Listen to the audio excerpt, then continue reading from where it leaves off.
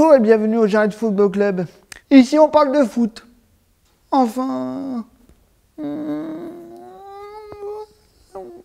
peut-être pas.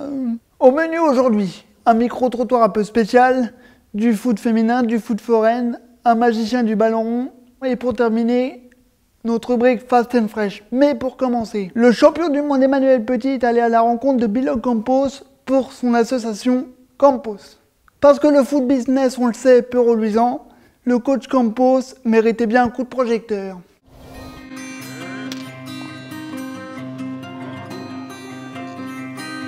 On jouait avec un journaliste là. Il m'a dit directement, il y a un gars là, il s'appelle Campos, il a Saint-Denis.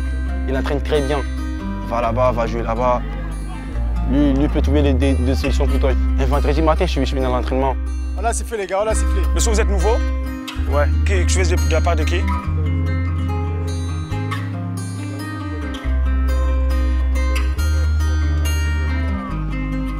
Bonjour coach. Bonjour Emmanuel. Ça va, vous allez bien? Très bien, merci d'être là, à côté de ces jeunes pour qu'ils continuent toujours à rêver de leur métier.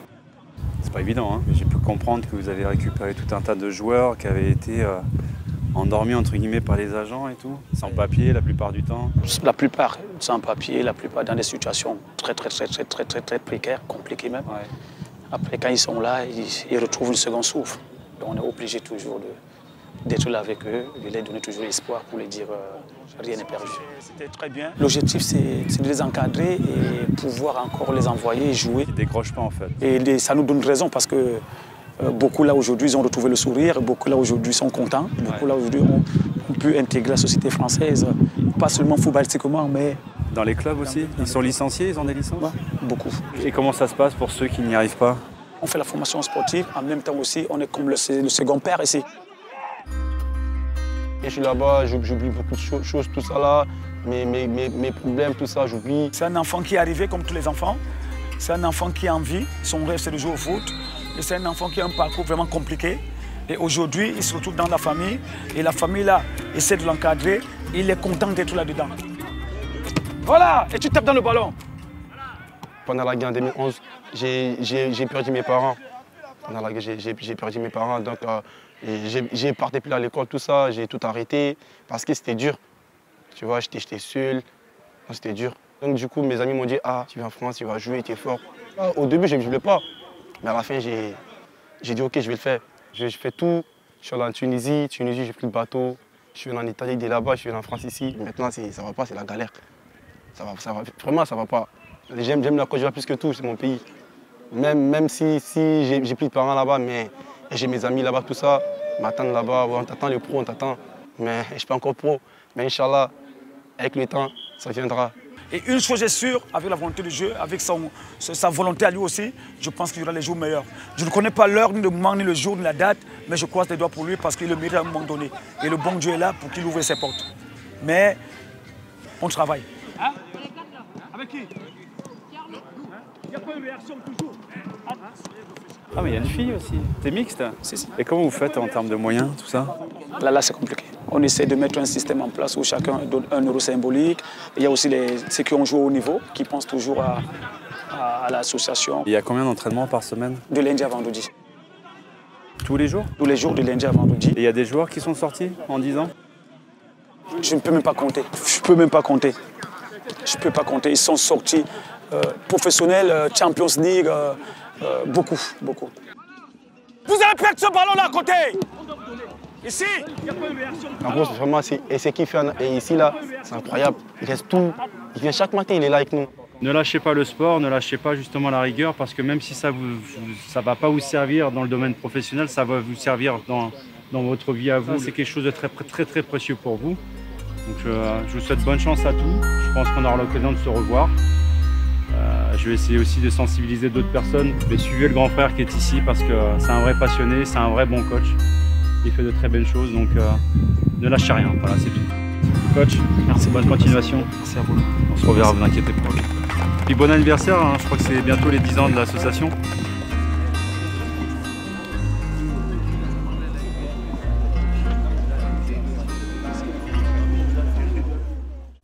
Depuis le début de l'Euro, nous assistons à la grande transhumance des supporters de foot. À l'occasion du match France-Suisse, nous avons été aux abords des fan zones du Champ de Mars pour poser des questions essentielles.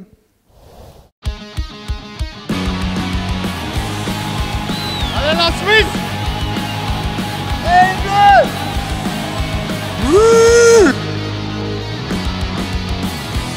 Cathartique. Ça veut dire quoi, cathartique? Tout à fait. Je peux même, si vous voulez, vous l'expliquer en une bonne quinzaine de points. Cathartique. Cathartique. Ça veut dire qu'il vient du Qatar ou bien? Ah, c'est possible. Les pays se disent rivaux entre eux avec des situations historiques si antidiluviennes de nous, les contemporains, que nous les avons complètement oubliées. Cathartique. Ouais. Mais ça veut dire quoi concrètement alors? Ah bah oui, alors clairement quoi. Oui. Parce que quand je vais aller au stadium, I need a beer. Parce que nos bières, nos Suisses. Hein?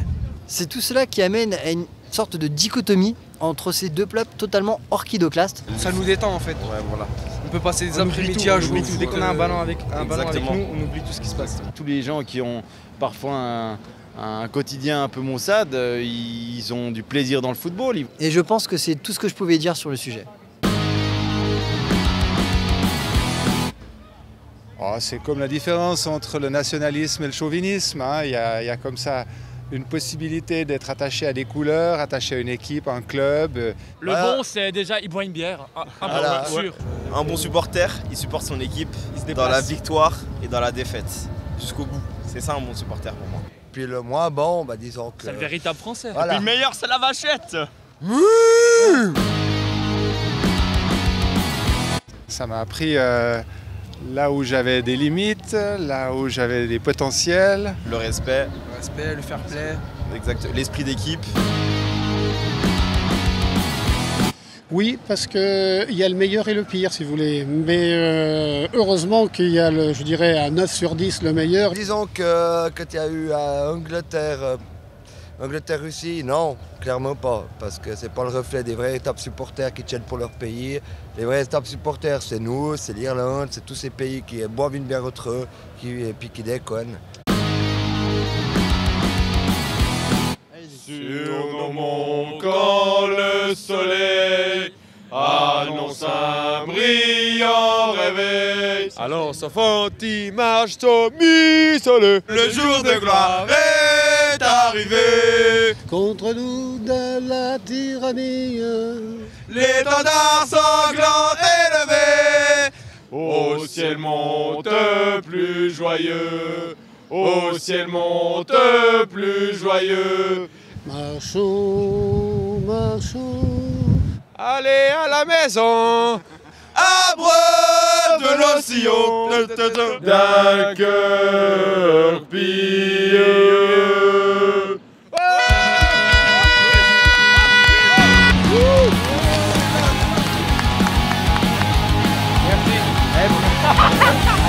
C'est bon, merci.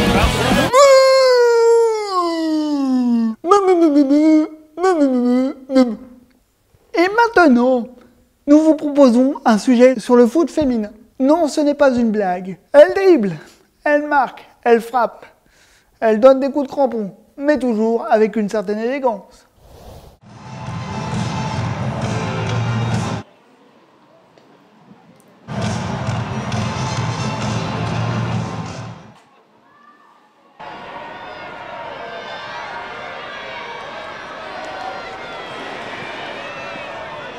Je m'appelle Gaëtane, je joue à Juvisy. Milieu de terrain ou attaquante?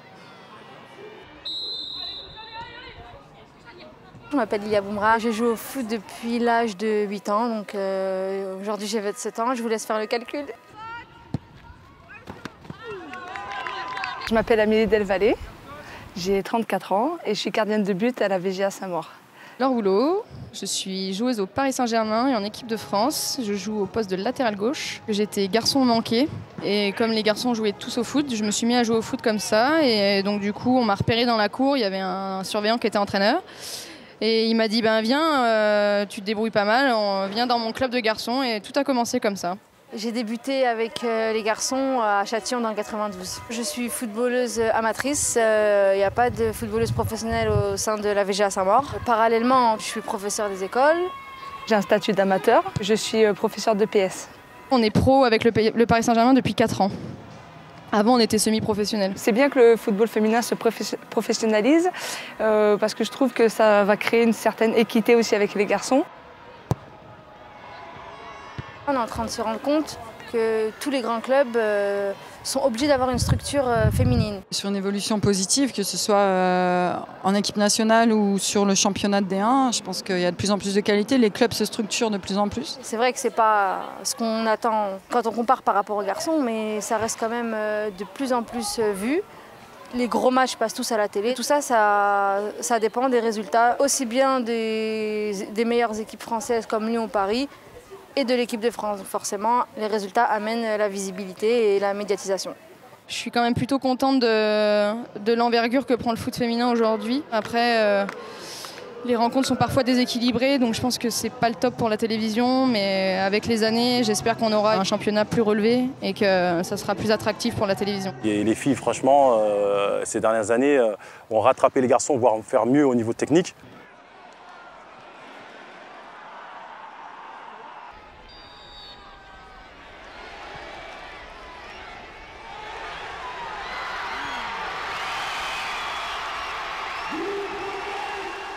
Le football féminin est en plein essor.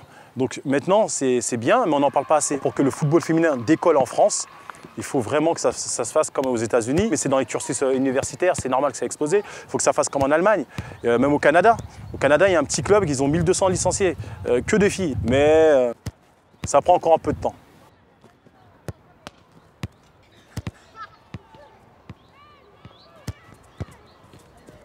Les objectifs ? Continuer à progresser comme on l'a fait cette saison et essayer d'accrocher la 2e place pour jouer la Champions League. L'année prochaine, mes objectifs déjà, c'est faire une belle saison et d'aller loin en championnat et en Champions League. Et bien sûr, j'ai des objectifs aussi avec l'équipe de France, donc il y a l'Euro qui va arriver. Aujourd'hui, c'était mon dernier match, effectivement. Je pense que j'ai besoin physiquement et psychologiquement, parce que la saison a été dure, de faire un petit break. Après, c'est vrai que j'ai 34 ans aussi, je suis une femme, j'aspire aussi à une vie familiale. Et j'espère que je resterai dans le milieu, que je reviendrai dans le milieu, en tout cas plus tard. Tout de suite après la pub, on se retrouve avec du foot non-voyant, du foot forain et du fast and fresh. A tout de suite. Est-ce que vous pensez que je vais repasser encore dans la machine à laver médiatique après ça? Ouais, ok. Il faut leur demander de changer de lessive alors. Les soirées d'ennui, c'est fini. Pizzalini va vous réconcilier avec vos invités. La nouvelle recette de Pizzalini est le mariage parfait entre la tomate et la pâte dorée au four. Plus généreuse, plus fondante. Parfaite pour un moment de partage et de convivialité, accompagnée de sa bière, elle sera parfaite pour tous vos matchs de l'Euro. Pizzalini, c'est la garantie de passer un bon moment entre amis. Pizzalini, retrouvez l'ambiance du stade à la maison.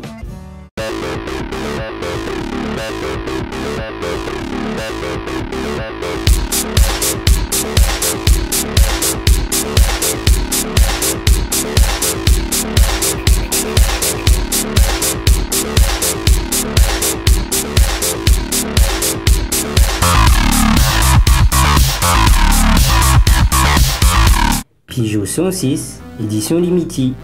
Climatisation automatique. Direction assistée. Confort intérieur pour emmener vos amis partout en toute sécurité. Ayez une confiance aveugle en notre véhicule. Carburant issu de l'agriculture biologique. Peugeot 106, partenaire de l'Euro TC Foot 2017. Tout de suite, la suite. Notre reporter Zuber Hafez a passé une journée en immersion pour l'événement Foot Forain qui s'est déroulé à la Villette. Il a troqué donc sa pinte de bière contre une barbe à papa et des churros. Ou comment passer de football d'élite au tournoi de Brel, entre autres. Je vous présente Foot Forain. Venez avec moi. Foot Foreign, c'est un événement que nous avons lancé à la demande en fait de l'Elysée. Et l'idée de cet événement, c'était de pouvoir prendre un peu le contre-pied de l'Euro. Ici, on a un parc culturel. On a voulu parler du foot de façon totalement décalée et de pouvoir faire des propositions qui s'adressaient justement à tous les publics, qu'ils soient fans de foot ou non. Et le but, au fond, c'est quand même de proposer aux gens qui vont venir ici, et notamment aux gens qui ne connaissent pas le Louvre ou qui n'ont pas énormément de culture artistique, de leur proposer quand même une vraie proposition d'art, une vraie proposition de musée, avec des œuvres vraiment choisies, des œuvres qui couvrent une grande partie du XXe siècle, mais surtout beaucoup d'art contemporain, pour montrer voilà, comment les artistes, comment ils s'emparent du thème du football. Et on propose aussi ces deux grandes installations culturelles, la galerie du foot à l'intérieur et à côté le Soccer Party Club de Pierre Giner. En fait, tous ces contenus, c'est une histoire du jeu vidéo, depuis les premiers jeux jusqu'à des jeux relativement récents. Et quand les gens les activent, ils jouent pour eux-mêmes et ce qu'ils sont en train de jouer produit une partie des images de cette installation et recompose ce très grand stade de foot. Et ce qui m'intéresse par rapport au public, c'est de créer un lieu pour tous et que les gens s'y retrouvent et éprouvent une chose, ou partagent plutôt une expérience en commun.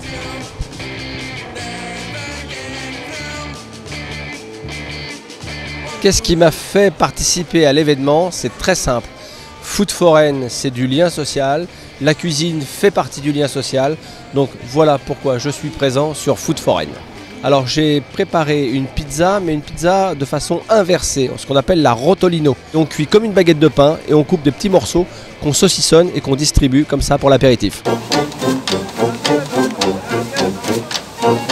Derrière moi, il y a les terrains de foot. Les terrains de foot atypiques que nous avons dessinés sur les pelouses du parc et ça qui touche aussi le public qui vient habituellement sur le parc de la Villette puisque ces terrains sont en accès libre. Donc le football à trois côtés, c'est une discipline qui a été créée par un peintre, Asger Jorn. C'est un jeu de foot politique. Vu qu'il y a 3 équipes, il y a forcément des alliances pour pouvoir battre la 3e équipe parce que les gens sont en surnombre et donc sont plus forts. Et vers les 5 dernières minutes, il y a souvent une trahison. En fait, les gens trouvent ça plus drôle que le foot traditionnel. Et puis c'est même plus beau, plus chorégraphique, parce que c'est comme une nuée d'oiseaux qui évolue comme ça autour du terrain. On fait du lien social, du vivre ensemble. Puis le tournoi de Brel, c'est de dire encore une fois, venez jouer, vous avez le droit d'être mauvais. Et en plus là, c'est même bien d'être mauvais. Mauvais, c'est gagner. C'est comme du foot mais avec sans règles et du coup on faisait n'importe quoi, c'était super. Et là, il y a un jury qui va juger si vous méritez ou pas d'être la pire équipe de Paris. On a gagné grâce à notre tenue, malheureusement parce qu'on fume donc ça nous a rapporté des points mais fumer c'est mal, faut préciser. Et on a gagné parce qu'on sait pas jouer en fait. On a des pieds carrés et on fait n'importe quoi. Il y a eu depuis la création du parc en fait un vrai souci de faire en sorte que cet espace soit un lieu d'appropriation de tous et qu'on puisse présenter une diversité de cultures et de pratiques artistiques pendant toute l'année à travers nos manifestations. Notre prochain reportage traite d'une branche méconnue du foot, j'ai nommé le Cécifoot. C'est un célèbre magicien qui a accepté de s'y essayer avec les joueurs de Saint-Vendée.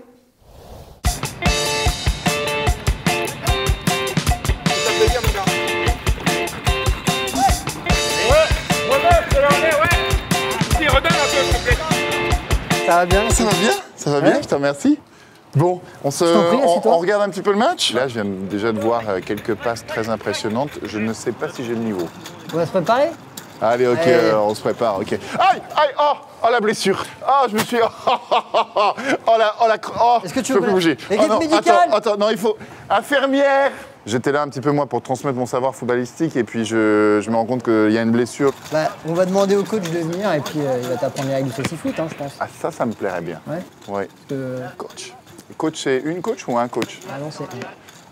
Bon, tant pis. T'es blessé? Je suis blessé, je peux pas jouer. Je suis désolé, Christophe. Je suis désolé, coach, je peux pas jouer. Et puis après, je voulais jouer gardien, mais je me dis que vu les boulets qui se prend dans la tronche pendant tout l'entraînement, non, franchement, non. Là, pour le coup, tu as 2 joueurs de l'équipe de France. Donc Fabrice, qui est le capitaine de l'équipe de France, et Yvan, qui est médaillé d'argent paralympique en 2012. D'accord. Et on est comment au niveau mondial des Français? On a eu une très belle période entre 2009 et 2012 où on a été 2 fois champion d'Europe, donc en 2009 et 2011, et médaillé d'argent en 2012. J'entends aussi qu'il y a des différences de règles de jeu, je vois qu'il n'y a pas de hors-jeu, c'est ça? Sur le foot réduit, il n'y a pas de hors-jeu. Voilà, après il y a des fautes, donc si les joueurs ne se signalent pas, c'est compté comme une faute. Et il y a les cartons aussi ou pas? Ouais, il y a des cartons, Yvan en prend beaucoup, donc je pourrais... J'ai vu qu'Yvan c'était nerveux. Et là, donc si moi je veux gruger, il suffit juste que je tape sur d'autres poteaux pour qu'ils visent mal, c'est ça? Alors avec des joueurs non aguerris, je t'aurais dit oui, mais là... Là, ils sont trop bons là. Non, eux, ils vont tout de suite repérer, ils vont dire attends. Il y a un enfoiré sur le bleu. C'est ça, il a fait disparaître le poteau, qu'est-ce qu'il a fait? Je présente Eric, les gars. Salut les gars. Comment tu vas? Ça va super bien. Je suis impressionné. Vous jouez comme des bêtes. Vous avez défoncé le gardien. Bon Anto, tu vas dans les buts? On va montrer à Eric comment vous faites des pénaltys. Là, tu vois simplement avec ça. D'accord. Il arrive à repérer. Et si tout va bien, ça va dedans. Ouf. Dommage. Belle parade des poteaux.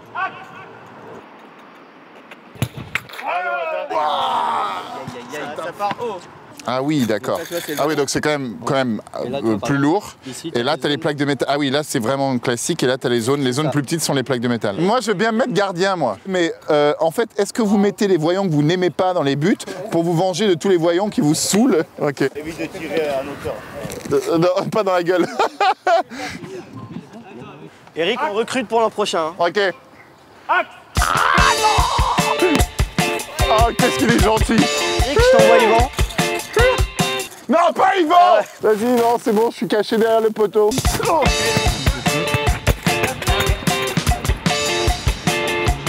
Je te fais un... Refais-le, je te... Non, à genoux. Ah, c'est bon. C'est bon. Eric. Ah, Sony. Bah écoute, j'ai passé un moment merveilleux. J'ai découvert plein de trucs. Je trouve les gars hyper forts. Je trouve qu'il y a un esprit de fraternité et de compétition. Ils ont la dalle, ils ont envie. Mais oui, c'est très très fort, quoi. Alors, ça fait quoi de trouver des vrais magiciens sur le terrain? Mais c'est vrai, mais c'est vrai. Non, mais c'est vrai qu'il y a quelque chose de magique parce qu'en fait, d'être capable de percevoir et de traiter autant d'informations juste par le sens auditif, c'est quand même très très impressionnant. J'espère te revoir bientôt. Avec plaisir, avec plaisir. Vous êtes mes invités. Voilà. Eh bien, Yann Erwan, voilà, c'est fini. Et la météo nous arrête. Malheureusement. Et l'horaire. Voilà. Mais je vous kiffe. Sony et moi, mais ouais, tu es très très loin ou tu es tout petit, je ne sais pas. Non. Et c'est ça qui est beau, acceptez-vous comme vous êtes. Voilà. C'est ce que j'ai envie de dire. À toi les studios, Yann. Merci beaucoup Eric-Antoine. Pour ma part, c'est vrai que j'ai mis du temps à accepter d'être beau gosse, mais je m'y suis fait et c'est plutôt cool. Et pour finir, nous passons à notre rubrique Fast and Fresh, où Emmanuel Petit et Eric-Antoine répondent en première attention aux questions de la rédaction.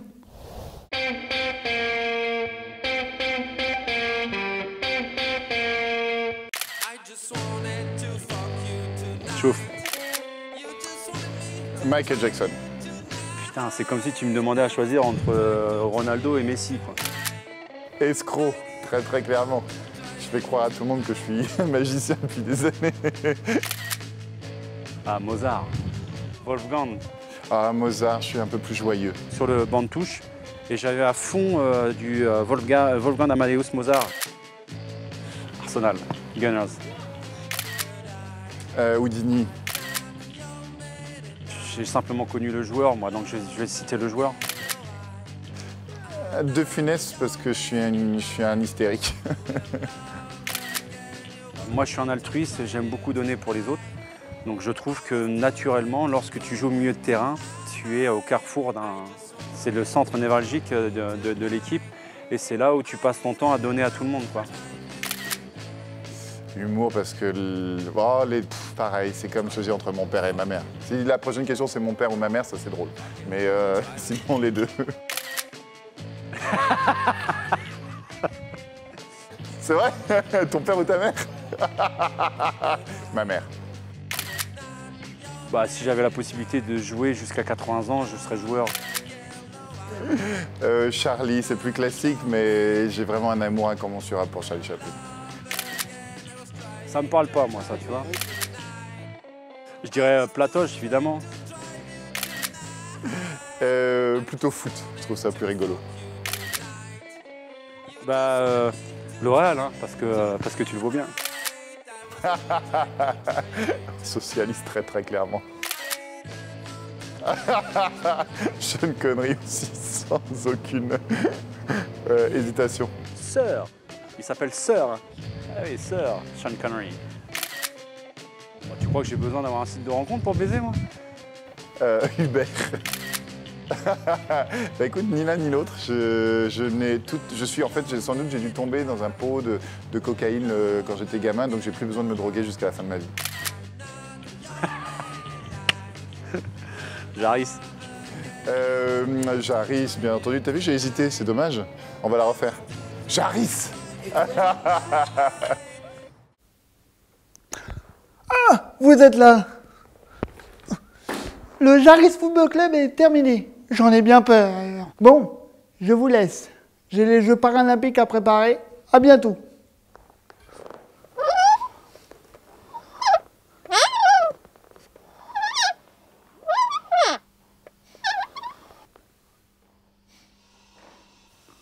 Ça peut peut-être sembler gênant pour vous, mais moi je le vis bien.